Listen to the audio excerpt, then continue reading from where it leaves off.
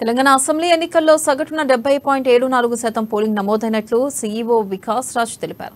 2018లో 73.37% polling నమోదు కాగా అది ఈసారి 3% తగ్గిందన్నారు. గురువారం పోలింగ్ ముగియగా ఆయన ఇవాళ పోలింగ్ వివరాలను వెల్లడించారు.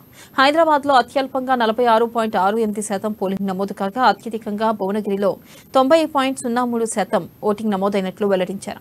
ఇక 1,80,000 మంది పోస్టల్ బ్యాలెట్ వినియోగించుకున్నారన్నారు. రాష్ట్రంలో ఎక్కడా రీపోలింగ్ కు అవకాశం లేదని స్పష్టం చేశారు. డిసెంబర్ 3వ తేదీన జరగనున్న ఓట్ల లెక్కింపు ప్రక్రియకు ముమ్మరంగా ఏర్పాట్లు జరుగుతున్నట్లు తెలిపారు.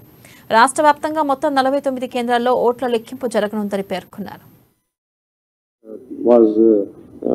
Put in Devarkadra. This is the smallest polling station in the entire state. Webcasting arrangement ki vaste meer nina chusaru. Inside the polling station webcasting పెట్టడం జరిగింది.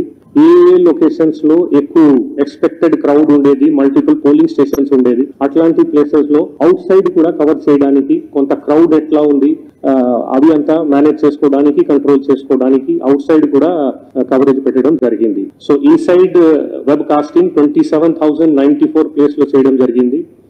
CCTV coverage outside the polling station was 7,571 locations.